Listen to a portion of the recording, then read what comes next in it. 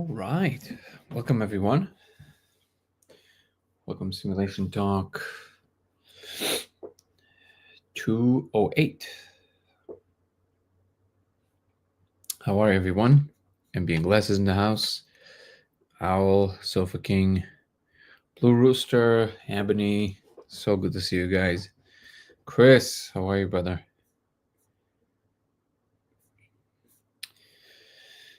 Glad to see everyone. How was your Saturday?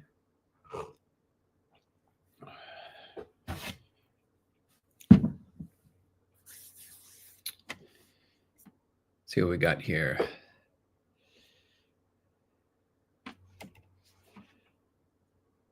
What's up, Susie and BMS?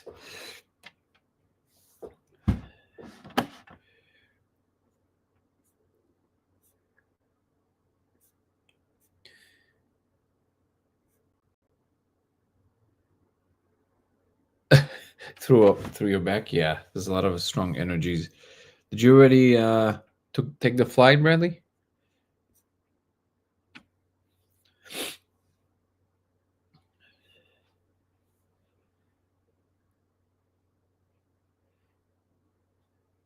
Old new free energy discovery. What old new free energy discovery? What is the old new free energy discovery?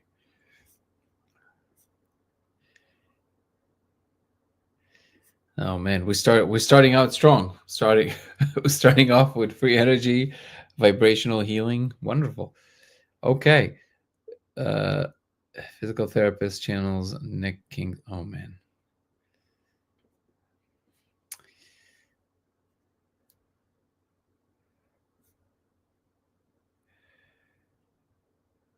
Did you like the Eddie Bravo interview, Justin? What's up, Jay Goat? Dope, Sofa King. Appreciate it. Okay, yeah, join our Discord. Nico, how are you, my brother? Yeah, that was very funny. We're talking today about how Terence Howard, during the interview, told Pat David to put his thing through ChatGPT, and so to which Nico said, "How do they think that AI works?" Which was also my question, but also the fact that it then proceeded to tell Terence that his theory is unfounded, and then his reaction was priceless. He's like, "Yeah, it didn't give me the answer I wanted." I wonder what he thought. Like, did he not try this himself? That is interesting. Something that my fiance pointed out. I was like, did he not try this himself before he asks other to put it through ChatGPT? I don't know what he expected to happen. I truly don't understand.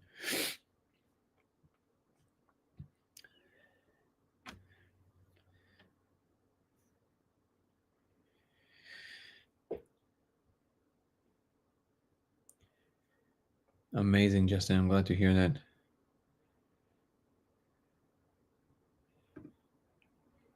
He probably didn't.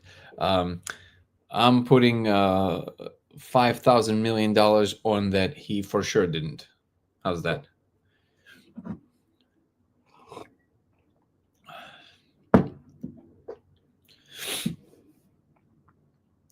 You can't just replace Planck's constant with Howard comma. the Howard constant. Professor Simon. Yeah, so every few years somebody comes up with this is a very old meme. Predates internet by a lot. People coming up and trying to prove that they have infinite energy, but there's reasons why infinite energy is not possible, even in principle, simply because you would, by necessity, in an infinite universe, already have, well, in a local space, let's just call it that, like invoking in a local space, because of conservation of energy. Actually, it prevents that from being the case. Yeah. So, again, To anybody who comes up with something that grandiose, they can easily test this and build something, and they don't really need to talk about it. They can just build a thing that does a thing, and that will be the end of the any skeptics discussion, basically, until they build that thing, and not just tell people they build the thing, or they can build the thing. Until that moment comes, we're going to keep going with what we know about physics.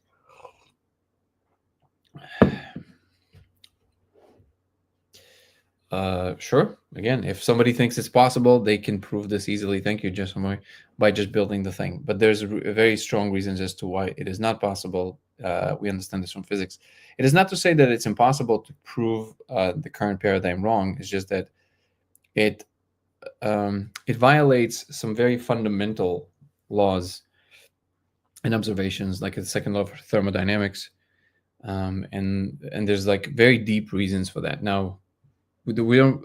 I, I don't know necessarily know if I have the energy at the moment to get into it. Maybe we can get into it on the private live, on the members live. But I'm trying to reserve this one for like lighter subjects. But yeah, anybody. I think it goes back to a deeper point that we were discussing yesterday, which is that because the amount of information available in the world today, people are having a very hard time discerning what's real and what's not. And basically, the crooks, they keep recycling the nonsense, right? So they basically take something that was already tried a billion times before, and they're putting a new sticker on it, and they're trying it again. And if you live long enough, you start noticing that these things just repeat. And infinite energy, free energy, is definitely one of those. It's very easy to prove if you can do it.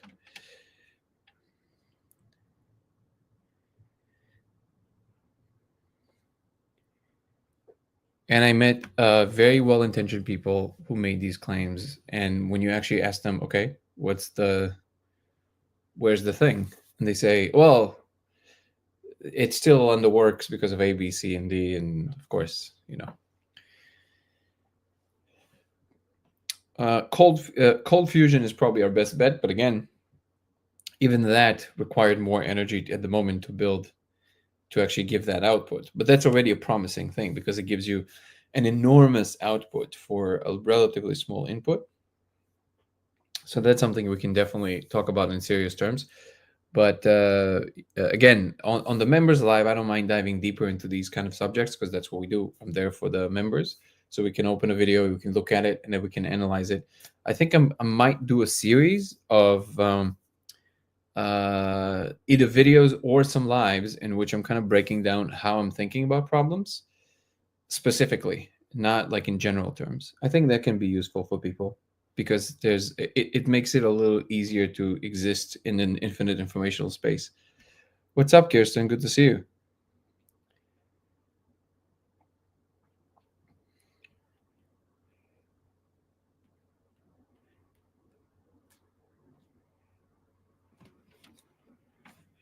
What is this?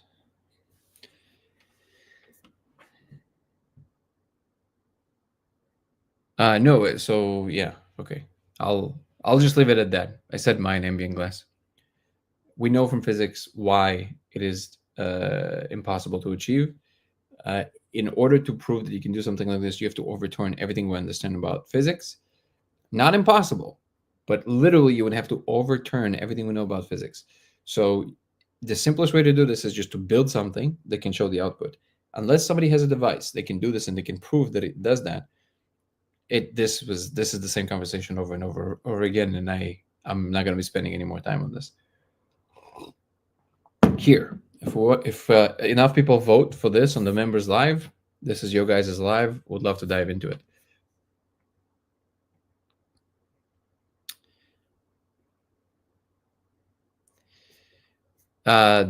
Again, not gonna dive into it here, ambient glass, but we can do it on the members live.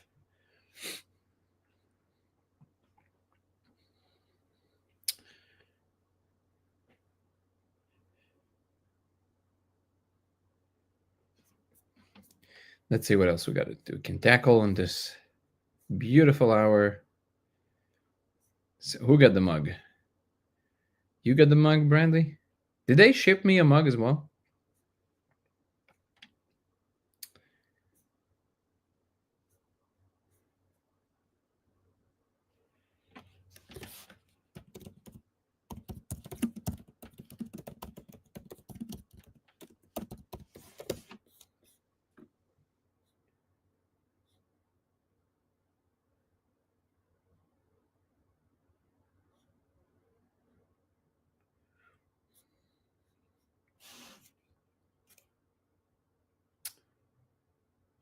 It is me with the laser. Yes, it is me with the laser.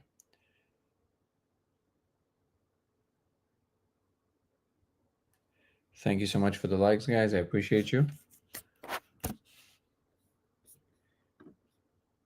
Oh, Ebony just gifted 5 memberships.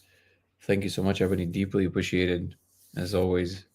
Uh, Ebony just gifted 5 memberships for people on YouTube.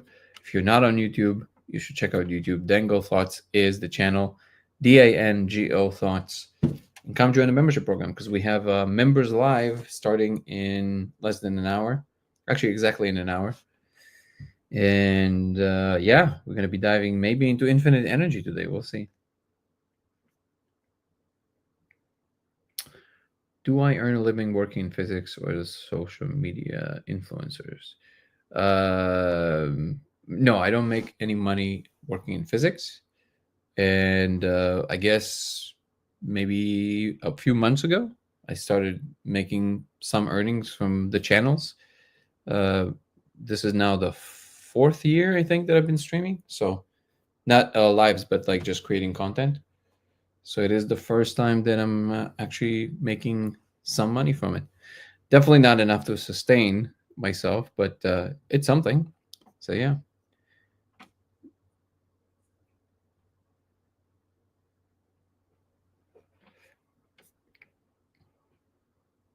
Welcome to all the new members, and please come join us on the members live, which will start in exactly an hour. Ebony, thank you so much.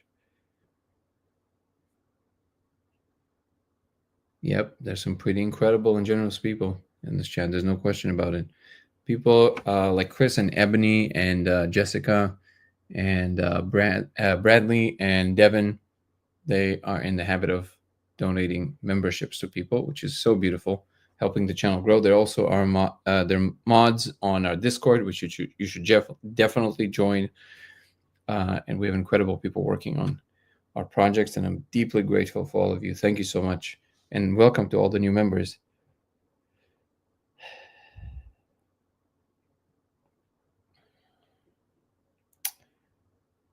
If I found more data, if you're talking about the laser, no, I wouldn't say not yet, but we're working on it. Bradley just donated another 5 memberships. Deeply appreciate you, Bradley. Thank you so much, Owl. Love you, brother. He's best. Yes, sir.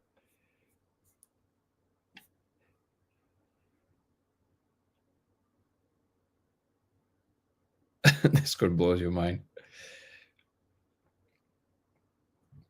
Have I ever seen myself in the past or the future in hyperspace?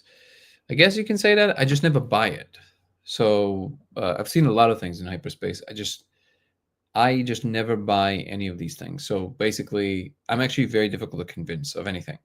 I usually don't know anything until I know it when it's right in front of me on a regular basis. I'm a very hard case of convincing me of anything. And so I've seen a lot of things in hyperspace that are very convincing, but I only take seriously the ones that repeat themselves regularly, that I can substantiate, I can interact with it. This past and future thing seems that it might have some merit, but I feel like it's kind of pointless. Like if you know the future, okay, but is it now different than what it could have been? Does it mean that you can't steer towards any other future? Because if you can't, then what's the point of knowing it? And if you can, then what's the point of knowing it? You see what I mean? Like I don't know. I can't find enough. Like I can't care about that. It just seems like it's much more fulfilling to just try and stay in the moment, but not even in any spiritual sense. Even though that's definitely a wise aim, just in practical terms, like it knowing the future. I don't know. It's like not a thing I want to know.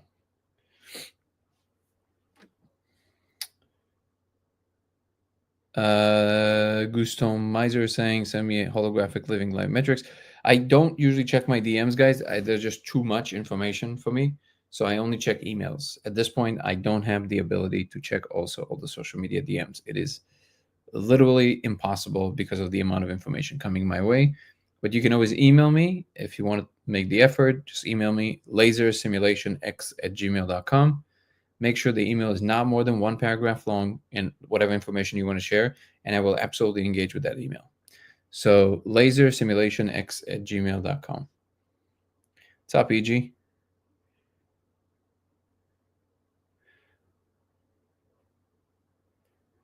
Welcome to everybody also on TikTok.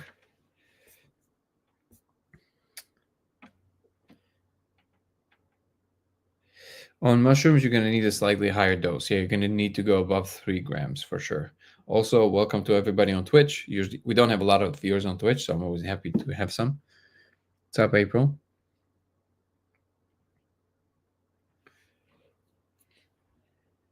What's up, Q Wiggy? Delano.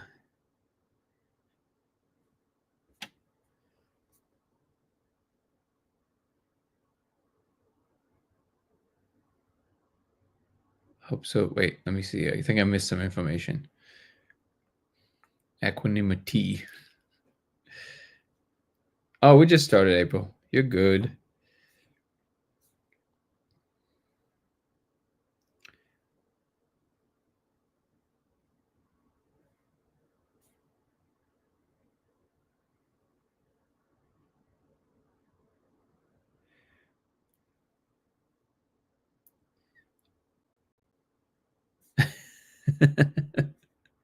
That's really funny. Altered state of chaos saying, okay, gotcha, interesting. Then I really hope your laser experiment was real, but it's all too possible. You just wrote the code on the wall in advance with ink that only appears under that red spectrum. That would be a neat trick. That would be a very neat trick. But no, what we see is not on the surface, and it's extremely complex and constantly moving. So definitely not a possibility. The gist, e.g., of what I was saying about knowing the future is that in simple terms, I don't care. I don't want to know. I don't see the value of knowing the future. You either can't change it, and then it's completely pointless knowing it. And if you can change it, then it's completely pointless knowing it. Either way, it's pointless knowing it. That's why I don't see any value in it. There's a difference between predicting possibilities of the future, which is what we call predictions, that have to do with knowledge that you have about certain parameters, and prophecy, which I'm really not into, because I find it. The reason that I find these kind of things boring is because they are, if you look at them closely, what they promise is thank you so much for the cake. I appreciate it, Evil Icon. What they promise is kind of like the poor man's version of magic, right? It's the same as it's kind of like, well, wouldn't you want to know the future? No, I'm good. It's actually much nicer to kind of live in the paradigm in which you are surprised by the future. And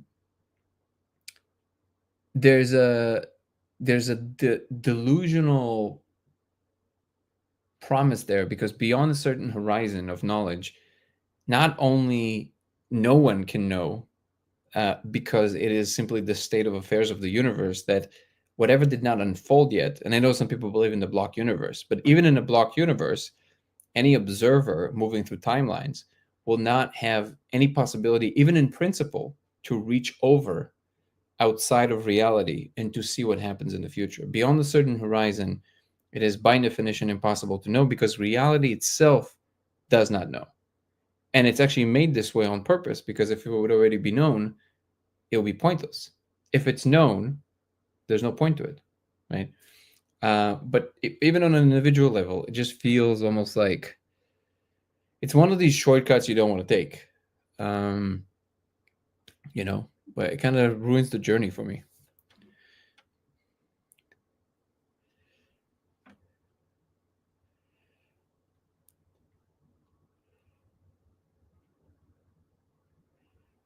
David Blaine level, yeah.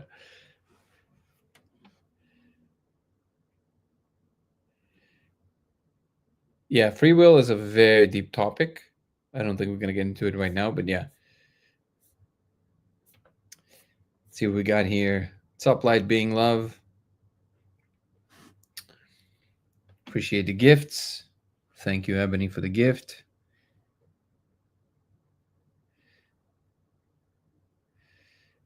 Future is sort of a state of superposition until it interacts with by observer. Right, which is the same as not knowing the future. If it unfolds from an infinite space, it is unknown future.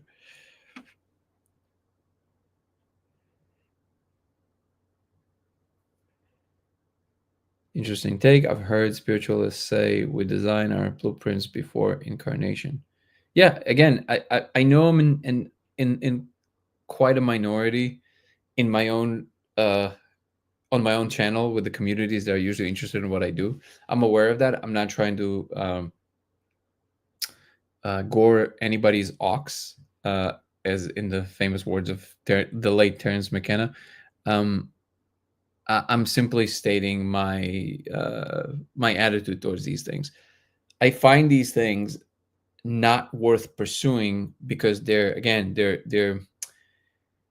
they have a they have a signature of a tchotchke. You know, it's tchotchkes. It's like it's not there's nothing of substance in that kind of stuff. These claims about, yeah, but you know, you you design your own destiny, all that stuff. It doesn't have any impact on what you can do now. If you know the idea that some people hold about designing your own destiny and all of that stuff, whenever I hear it, the obviously I'm trying to be polite and everything, but my actual response is just, okay, like, so what? What is that? Like, what is the value of this? There's no value to this. It's empty. What's fulfilling, what's full, what's meaningful is exploring this as it's unfolding. The trust of what's going to happen next, the beauty of that. That's to me, what's valuable. And by the way, even anything that has to do with prediction of the kind that we do when we, trying to guess what are the most likely outcome of a particular scenario, or knowing the future, or all of that stuff, it's kind of like, okay, that you actually have to put in effort. Like, you actually have to do some work. You have to interact with the world to get to a place where you're better at doing that, versus just being gifted everything. If you're just gifted everything all the time, everything is meaningless. It's completely out of value. So if you are the ultimate everything and you can do anything you want, that is the most awful situation you can find yourself in. Nothing has value. It's just you can do whatever you want. So there's nothing that feels meaningful and fulfilling. And that kind of these kind of ideas about, oh, you can know the future, these yogis told me this, so that, is like, okay. So what's implied there is that I'm in a special stance. I'm in a special position because I know this, or I have the ability to know these things beyond what most people know. Okay. Like, it's to me, these claims are usually, well, first of all, usually they're lies. They're just not true. But even if somebody does achieve these states, I'm pretty sure that it will become very clear to them very quickly that they don't want that. It's one of these things that kind of like, when you get it, you realize, oh, I never wanted that. And to me, I don't know, it's kind of clear that I don't want that.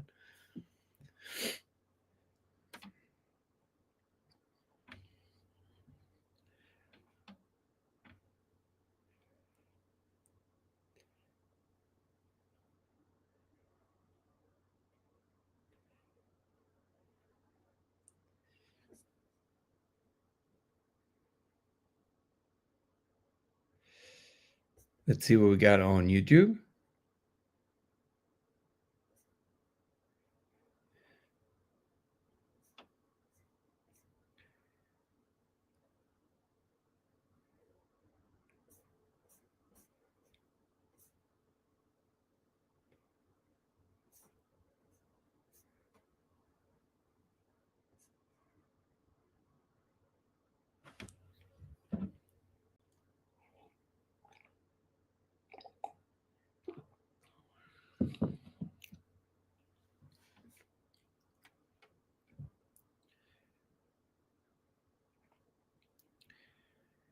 Maybe they were preparing something we weren't ready for, needed more conversation to take place, and awareness.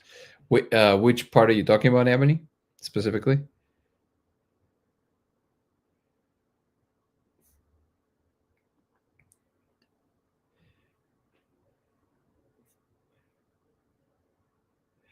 Yep, I would agree with that, 20 Cosmos.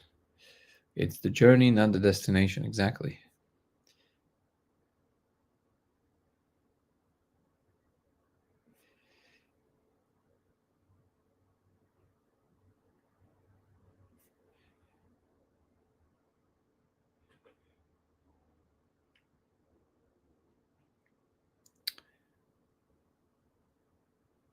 Trying to follow some threads here, but I'm not sure I'm fully following.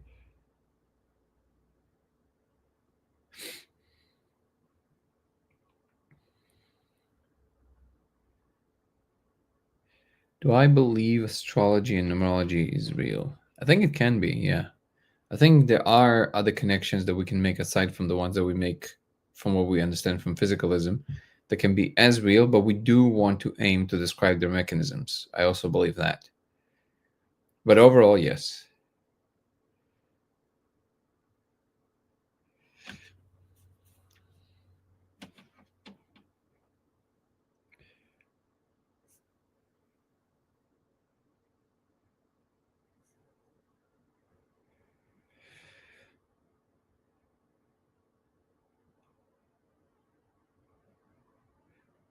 Quantum immortality, if you're familiar with the subject.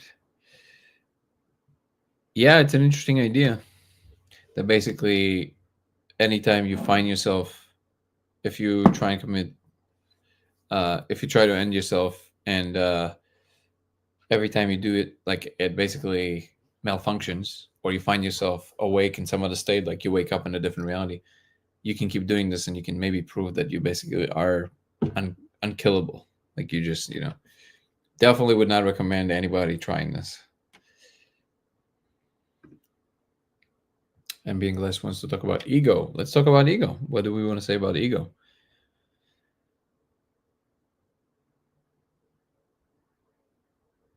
My cat, your cat is having a full conversation with you. Can't even himself by.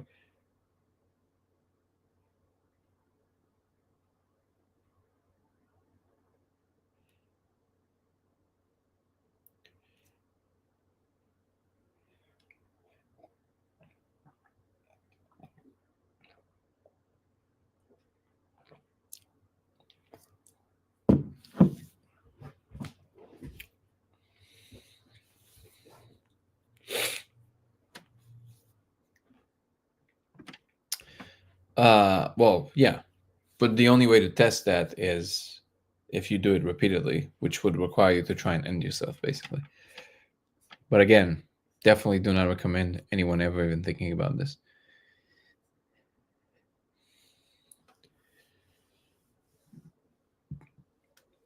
Nico is saying the Eddie pod was fire. Got to pick your brain about something you said. First of all, thank you so much for the kind words. If you haven't checked it out already, you should definitely watch my conversation with Eddie Bravo. You can go to his channel. Let me see if I can find it. You can just Google Eddie Bravo, Danny Goller. There we go. Uh, put it right there.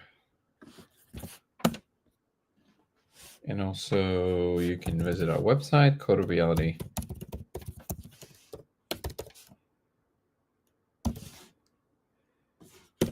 Beautiful. And it was a good conversation, I would agree. What particular topic? You want to come on and talk about it, or you mean later or in person?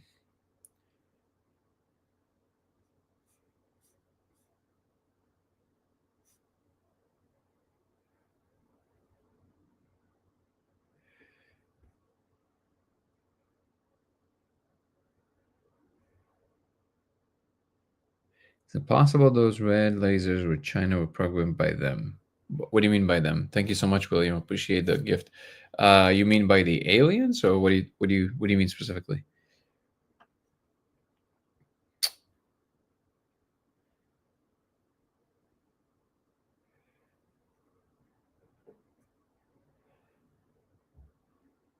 Thank you, Bradley. I see people saying they don't have ego, but at the same time displaying ego. How do you get rid of your ego? You don't. You can't get rid of your ego. Your ego is your differentiation of what you are. is a physical unit.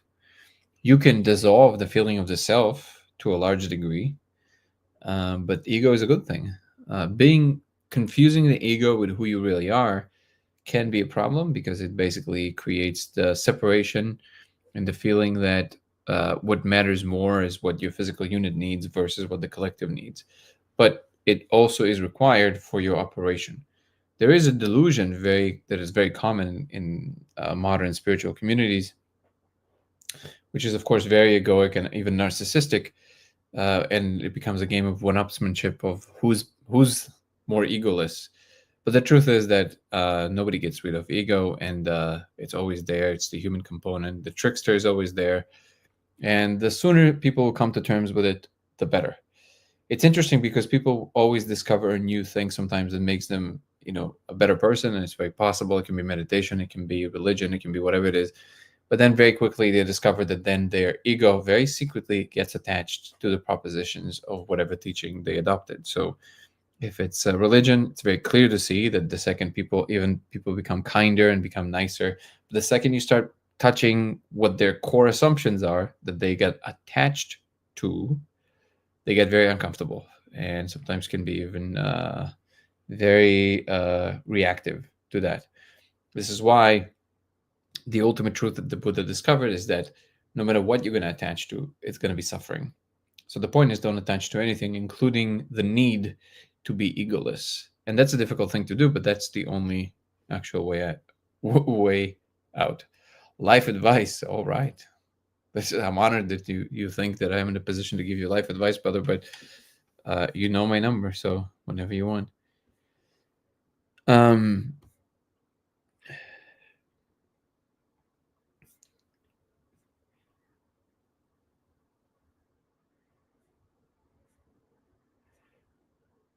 Yeah, that's a good question, actually. JS asks a really good question about quantum immortality.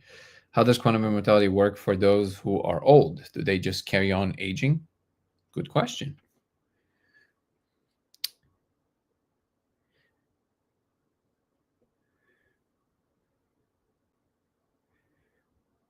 My brightness saying every time I let my more theatrical side of my ego get away with me, the universe or God has a way of making me humble. I've learned to try to listen more and talk less. Yeah, but also talking is okay. Again, these are see this it's kind of like this infinite game, right? Where people they even get it's so easy to not notice that you're still attached to that thing. So it's like, some people that just like to just like you said, like they feel that humility and they're in a much better position when they're quiet. They're like they sell us, and then they feel wise, right? So they feel wise because they don't say anything. But of course, now they're attached to this image of somebody who's wise who doesn't say anything, which of course is the same game all over again.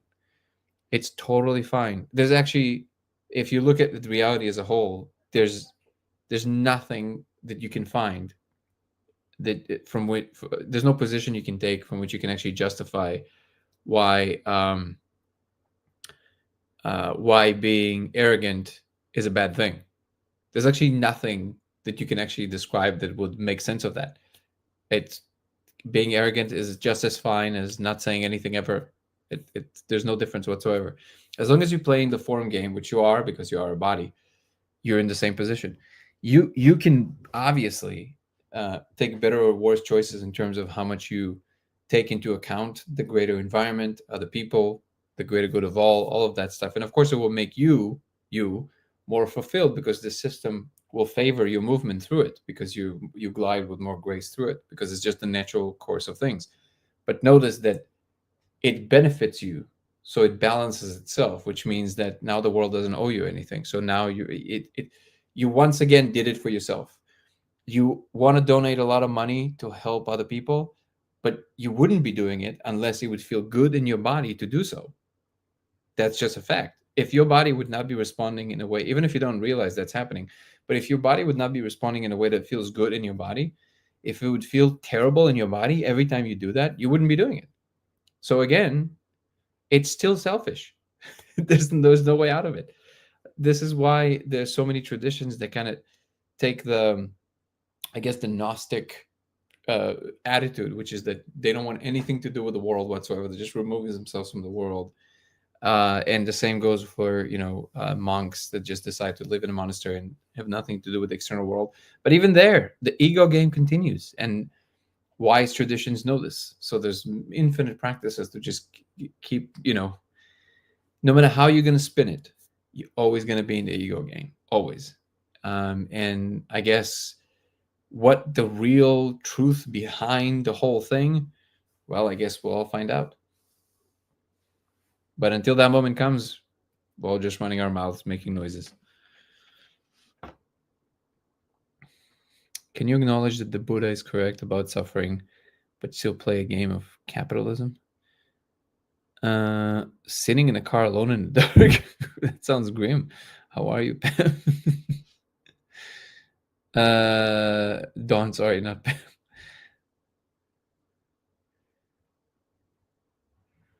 Laszlo, how are you, my brother? Can I acknowledge that the Buddha is correct about suffering and still play the game of capitalism? Uh, yes, I think yes. I think again, it's what I said now. It's as long as you're here, there'll be better or worse moves through the system as long as it exists. Unless you're willing to let go of everything, but that means everything. Loved ones, family, falling in love, any physical pleasures whatsoever. Like let go of everything because you're practicing to let go of your connection to reincarnation itself at the moment of the ATH. So this is going to be a practice for that instance when you pass on to basically detach from the need to ever be a part of the karmic cycle. It takes practice. But if you can't do it even with physical possessions or your job or ideas or anything like that, what chance do you stand to let go of everything in the true moment of that? You stand no chance whatsoever. That's why it's a practice. Somebody once told me that has been practicing vipassana for like 50 years. Has been doing it with Goenka since the 60s or something. And he was helping me cleaning cleaning the kitchen in the center, and he had a lot of very fun quips. And one of them was, vipassana is just a way to practice how to take your last breath. And considering the fact that he was in his 80s, I was like, whoa, that's profound and heavy, but it landed. And under this understanding, it might not be in this lifetime, and that's okay. But we can always do our best to move closer to being able to make that choice.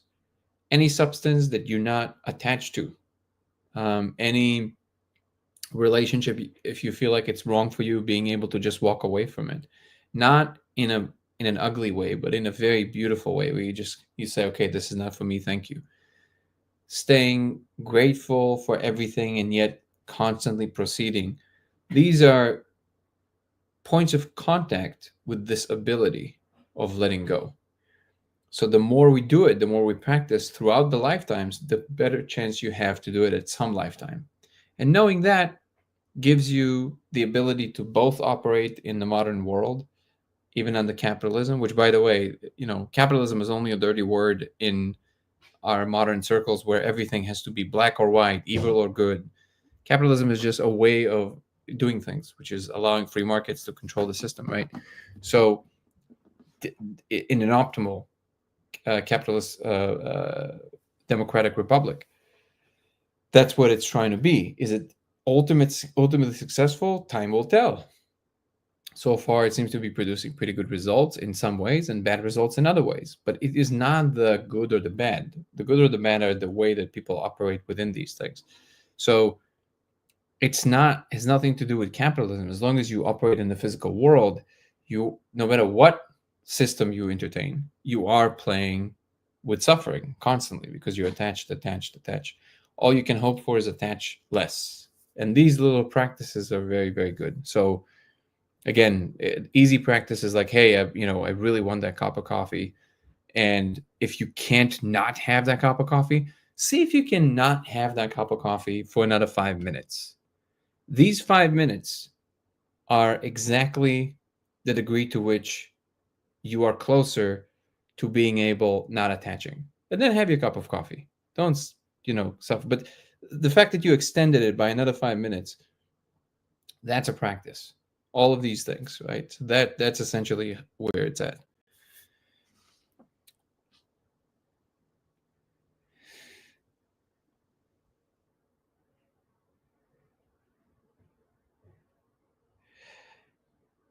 Thank you, Gustomi there. Perfect.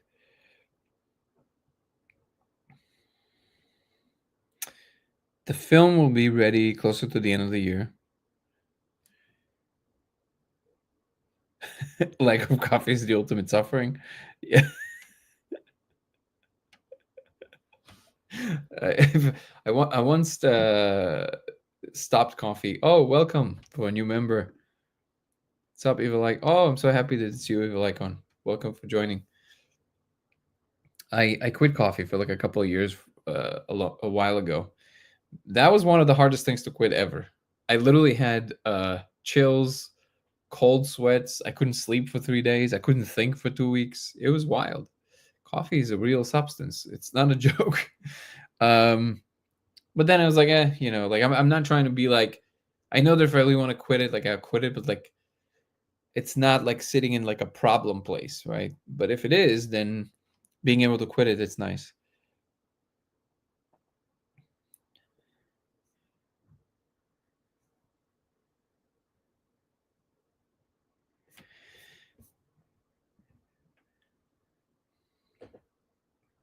I love tripping with Christmas lights.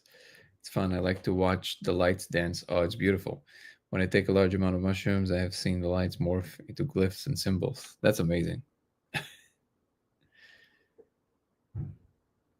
Yeah, the difference between the laser experiment and all the other glyphs that people see is that how specific it is and how realistic it is.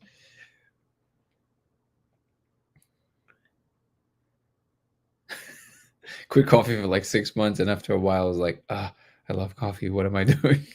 Exactly.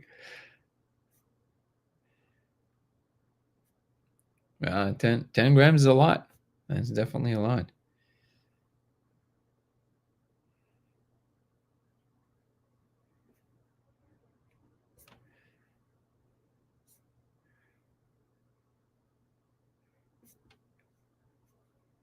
Glad to hear that, Mikhail.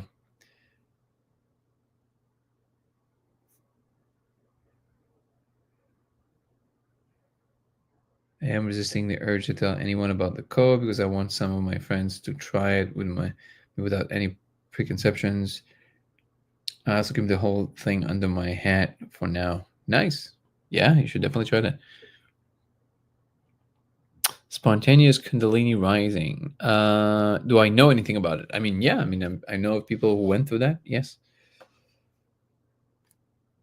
Why do you ask? What's up, John?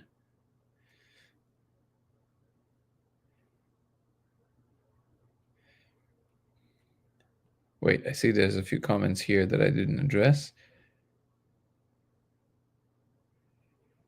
Ask the best questions and get the best answers. Love it.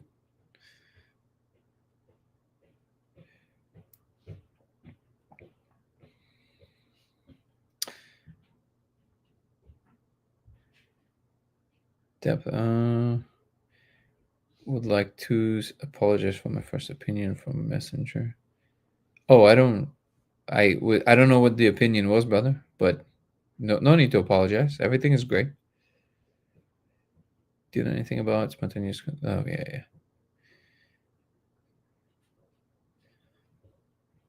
Oh, amazing. You're doing yeah, so you're probably going through an awakening. You either already have or going to go through a very intense period, not necessarily bad, just intense, of a lot of energy and information moving through you. But it sounds like you're already going through that, so you probably know. And it can take all the way from a few days to a few years. So, but it's all very positive. It's amazing that you're going through this.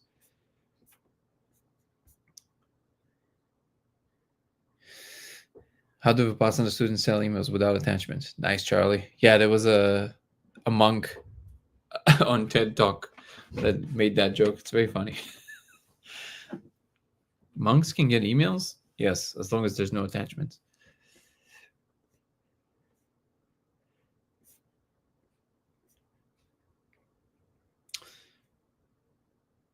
Yeah, Bradley, tell me about it sometime.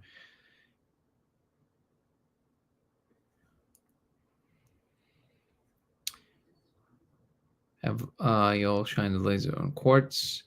They look fuzzy. You did that? There's a whole uh, line of experiments that we're planning, and this is definitely one of them. But I haven't tried it yet. It looks fuzzy. The code itself.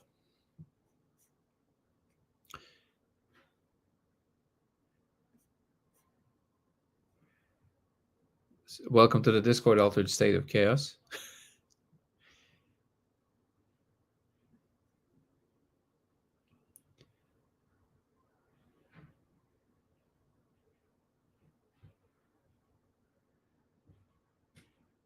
Got a big quartz and having fun with that.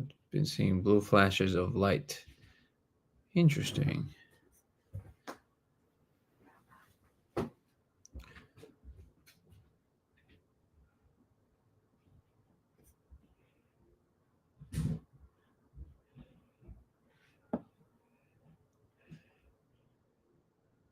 It's been happening since 2017. Jesus. That's a while. Nicole's laughing.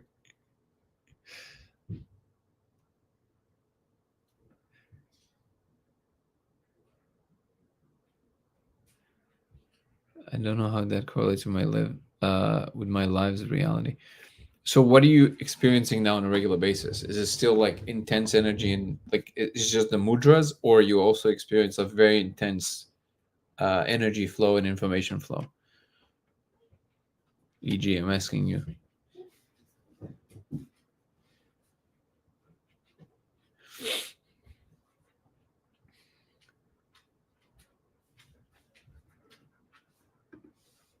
Appearances that we should be waiting for. New podcast appearances. Yeah, there will be a few. I'll be announcing them when it gets closer. But energy and info, yeah. Well, is it like really intense where you can't handle it, or at this point you kind of stabilized it?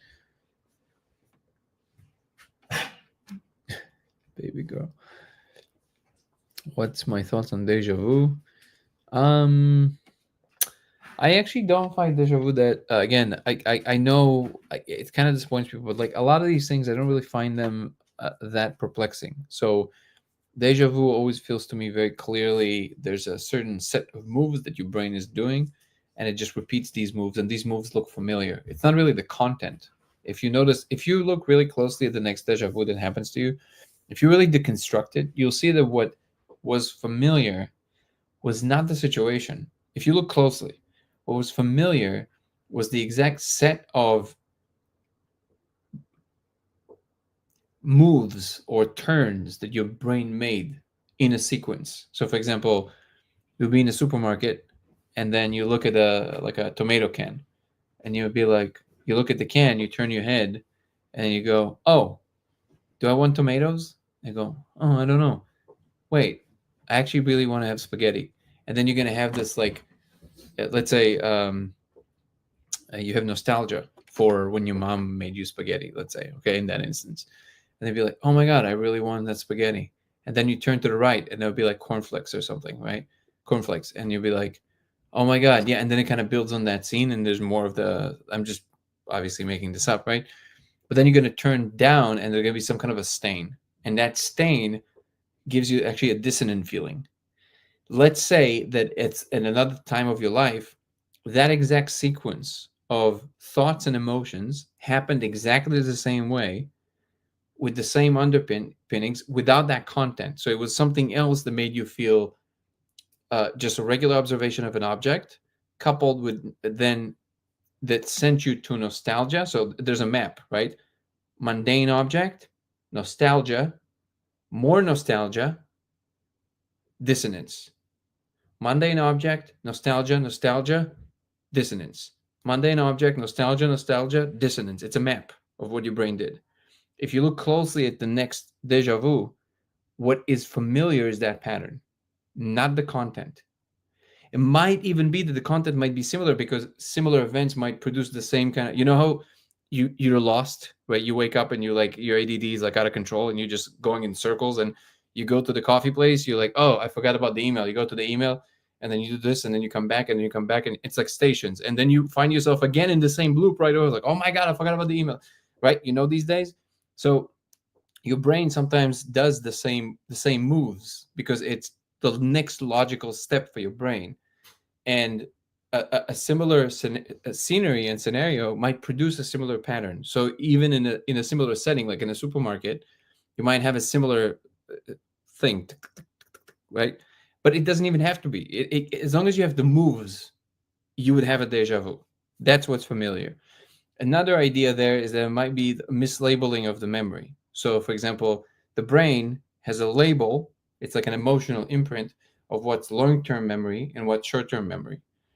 And what you know from now, which essentially is everything, because even if you look at something now, that's still already a memory. It's a very short term memory, but it's still already a memory. It's not the second you're not there anymore, you're thinking about it, so now it's a memory. It has a label of short-term memory. When it moves to long-term memory, which is a different region of the brain, it gets a different sticker. This feels a different. It feels different. What can happen is that your brain misfires and labels what you're seeing now as old. Labels it with the label of old-term memory, and you go, "Oh my God, I've seen this before." Yeah, you've seen it now. Your brain just told you you've seen it before. That's also a possibility, and sometimes there's probably a combination of these things. Does that mean that there's no? Sometimes can be some kind of a super extravagant tapestry of higher dimensional space that crosses with your instance of yourself and time in a different place, and you see it and you go, oh my God, I remember. Is it possible that it's also that? Yeah, but because you don't have to go there to explain it, I'm reluctant to make that move, right? Because if you want to postulate that, you have to postulate, you don't then get a freebie, because now you get the job, if you're really interested in what's going on, to explain how these timelines correspond exactly from a technical standpoint. What happens there? What are these informational tapestries, which very possible are true, but again, in this case, you have a way simpler explanation that makes perfect sense. So I don't see the need to go there.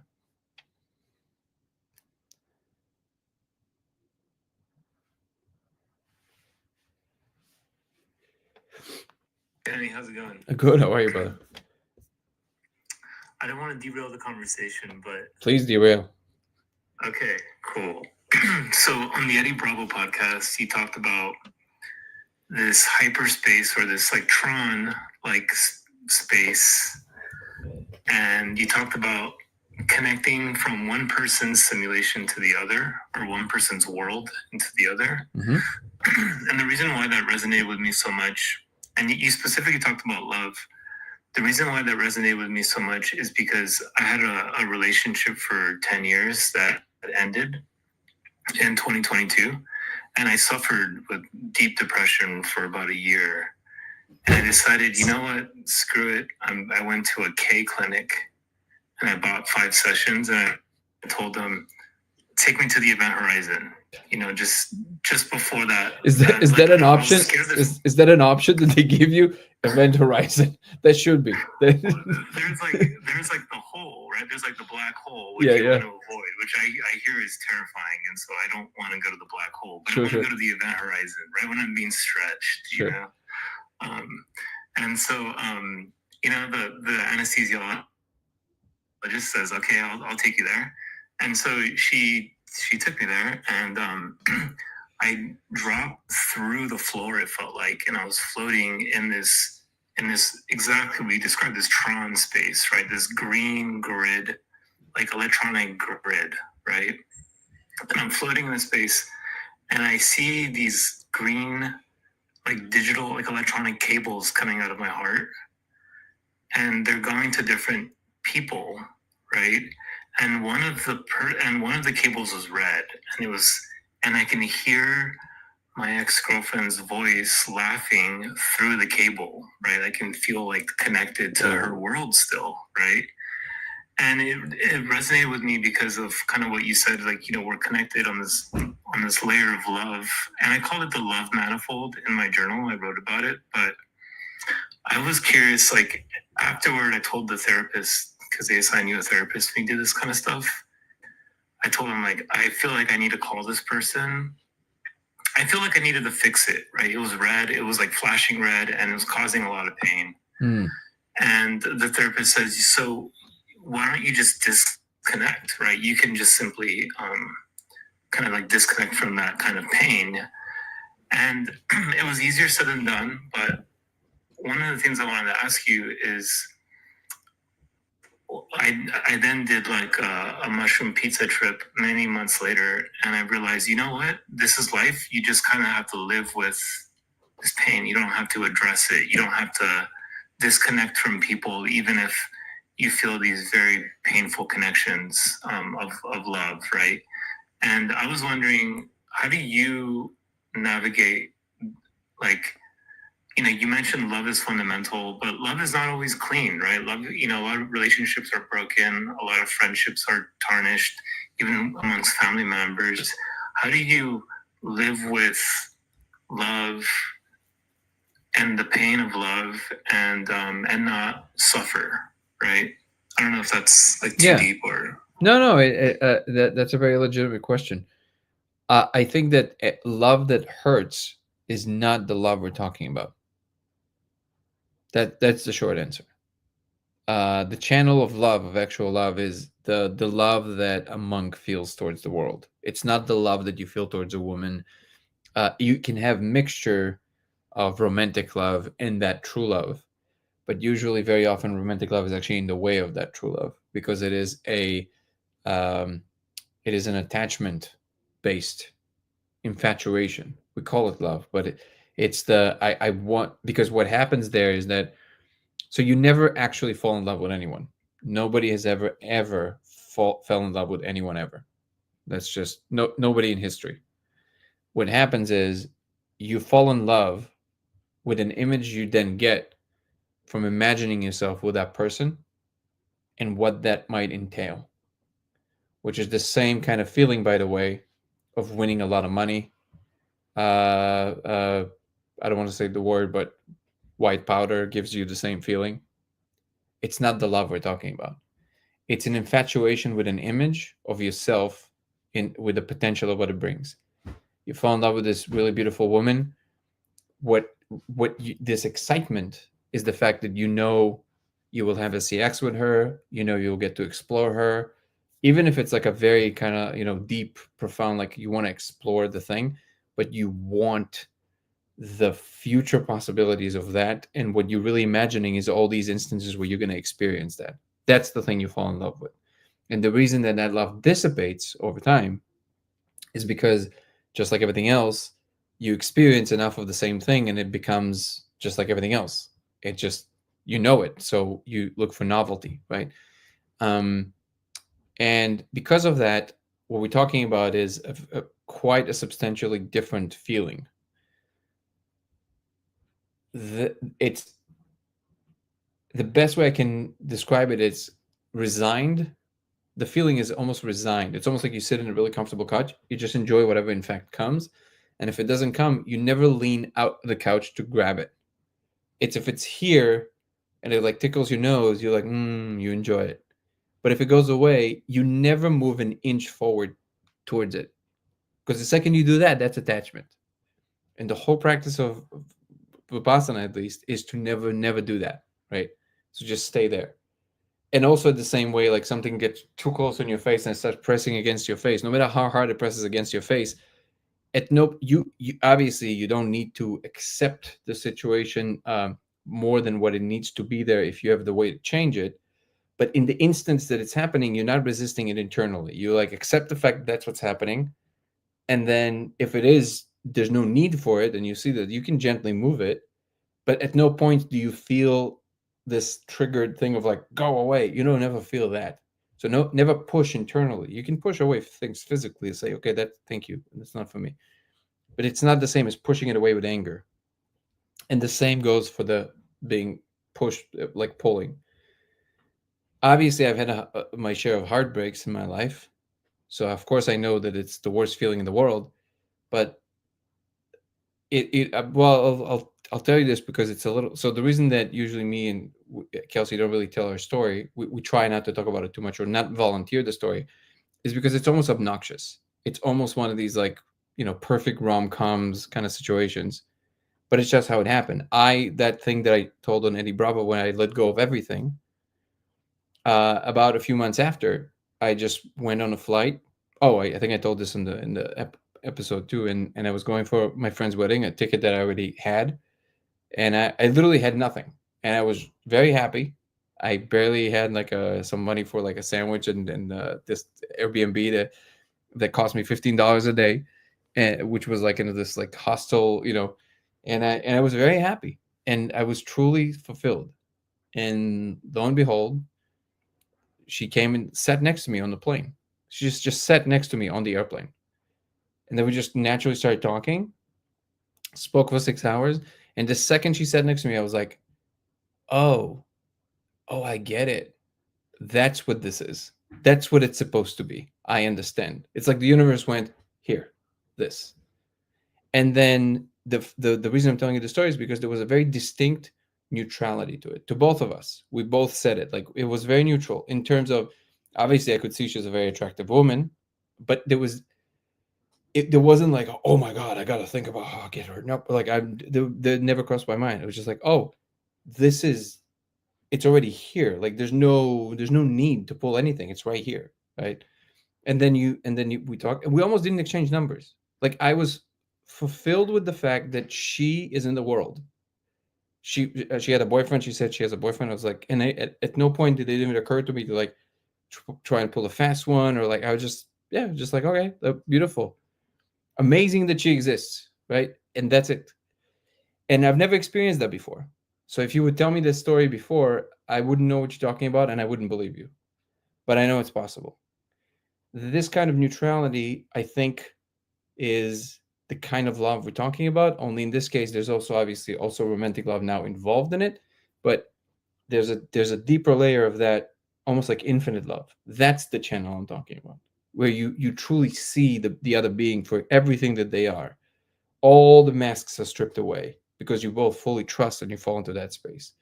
And usually we kind of know about this only from stories or but I think what's required for that is to let go of any need or want for it. This is why I don't think it's a coincidence that the story that people very often tell that follows something like, I was looking and looking and looking and looking, and when I stopped looking, all of a sudden I found this other person. How often did you hear the story, or how many people hear this happen to them? I think the reason that it's very common, it's not a coincidence. It's because when you let go of the need to have any of that, the true thing that is there and actually matches you perfectly just floats into your space, because you don't obscure your own vision and ability to see what it really is by the ideas you have of what it is. And when you fall in love, all of it is an idea. It's all idea. You have an idea coupled with a very strong emotional response, and it completely obscures your ability to see what is really there. That's why a year in, 2 years in, all of a sudden the person that never changed, they're the same person, but your delusion, your ideas about what they are, your your removal of all the stuff that was right there in front of you, you just refused to see it because you were looking through your own ideas. It just dissipates, and all of a sudden you're, for the first time, you seeing what is really there, and you go, wait, who is this person? I don't know them. That's where that pain comes from, because you were very attached to the ideas of what it is. There's these grandiose ideas about, well, I should, I should, obviously it's not a bad thing to, if it ended up badly, to reprimand, like go and have a conversation as an adult, say, hey, let's move on with our lives, but like I really, like I wish you nothing but good. That's a good thing to do. But usually when people do that, it's coupled with a hope that maybe that will bring them back, that you're still attached, right? So I think like I said, the short answer is that we're simply talking about two different things. The longer answer is there's a way to step into that space, but it's the same space you step into when you go into deep meditative states, which is you let go of the need for anything. And this is why Marcus Aurelius and just Stoicism in general, I guess, is the Western version of that, which is you don't expect anything and you don't allow anything to excite you too much. But at the same time, the downfall of the lack of that thing occurring doesn't influence you as much. And the more I move, the like I said, like I let go of everything I had. I did it. It was like ceremonial, but I know I could do it because I did it. And I think that proving to yourself that you can do that, it doesn't have to be that radical. It doesn't mean that everybody has to take everything they have and throw it away. But there are, like I said, small ways to do that. And the more you do it in your day, the easier it is. Now, again, I'll be the first one to admit that with romantic love, it's way harder because when you meet a person, the first thing you want is like immediately to like, oh, see if you can. Okay, not in terms of like playing a game of like, ooh, I don't want to call them to not look too needy. No, without any thought at all about what they might think. Not about that. Can you allow yourself to, even though you really want to text them, can you not text them for another 10 minutes just for you and see what it feels like and see how much that pulls you? And if it pulls you too much, text them, it's fine. But see how long you can go without that and just notice the fact that it pulls you this way. These pulls and pushes, all of them, no exceptions, they're all attachments. All of them. Does that answer the question to some degree? Yeah, thank you. Yeah, I saw someone say that you don't fall in love with another person, you fall in love with the version of yourself that you become through that other person. And so it really is a personal journey of refinding yourself to kind of heal. But that is, it's been it's been almost 4 years now, and it definitely feels like there's a lot of healing, but it feels like it's more like forgetting, which is also kind of heartbreaking to some extent because you just feel like you're slowly forgetting some other person. But yeah, but I really resonate with a lot of what you said. And yeah, I mean that manifold of love or that connection of love definitely feels. I can definitely feel it. Like I saw people in my life that were very important to me, and I never thought Kay was like that profound until that experience. I've heard people say, "Oh, it's synthetic or it's an anesthetic," and it's not really. But it really is. It really surfaces some pretty deep. It can surface deep stuff, I should say. But yeah, no, it can expose a lot of truth because it flattens everything, so you can kind of see the horizon very easily. The woods, it knocks down all the woods, and you can see the horizon, and that it's really good in that. But and also one thing I do want to add is that it's always easier said than done. And when I'm speaking now, I'm speaking out of a position of already going through all of that and now being in a position of having this other thing. And this is why I never understand people who preach, because it's like there's no way I would have known any of this until it happened to me. So it has to happen to you for you to know it's real. But I am now of the full understanding that there are states that you can bring yourself to that will make that more likely to occur. That is true, simply because of the mechanism of non-attachment and what it actually brings to the table. And it's very subtle. It's very difficult to do in real. So I just want to emphasize this, that it's not like, I'm some kind of a super wise person or something. It's just that I went through all of those. I had one relationship for 3 years that it took me almost a decade to overcome. Maybe not a decade, but a long time. Way like almost. They say it's supposed to be half of the time you were with them. It took like double the time I was with her, just because there was things I was addicted in it to ideas about myself. And only when I let go of these ideas about myself is when I fully was free. And I'm the first one to admit that it's really difficult to do when you're in it. It's always very easy to point out, in somebody else. But have enough of the compassion with yourself and know that it's absolutely possible. But the radical part of it needs to be that you actually are willing to let go of all your ideas about yourself, because that reveals the true expression of what you're supposed to be in this world. Um, I didn't realize that we're already like past the time of the members live, so I'm gonna do a quick outro. Nico, I love you, brother. If you come to the members live, we can continue. In the meanwhile, thank you so much for the question. It's a beautiful question, and we can talk about it more via text. Love you, brother. Everybody follow Nico. He's amazing. Nikomackay. Nico is a scientist and a brilliant individual, and one of the people that I really admire in terms of patience and humility. If you want to follow me across platforms, it would be Danny Goller on TikTok and Instagram. It would be Goller Danny on X, LaserX83 on Twitch, and Dango Thoughts on YouTube. Come follow YouTube Dango Thoughts, DANGO Thoughts, and join our membership program because we're starting a members live right now. I'm actually late to it, so I'm going to have to adjourn in less than 30 seconds. Come join us. It's going to be a fun conversation. We might go into infinite energy. We're going to, I don't know, whatever the members want, we do.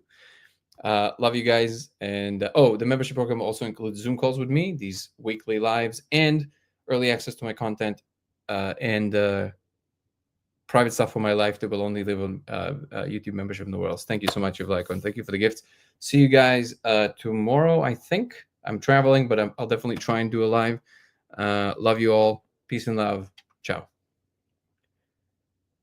And see you members in a moment. See you guys.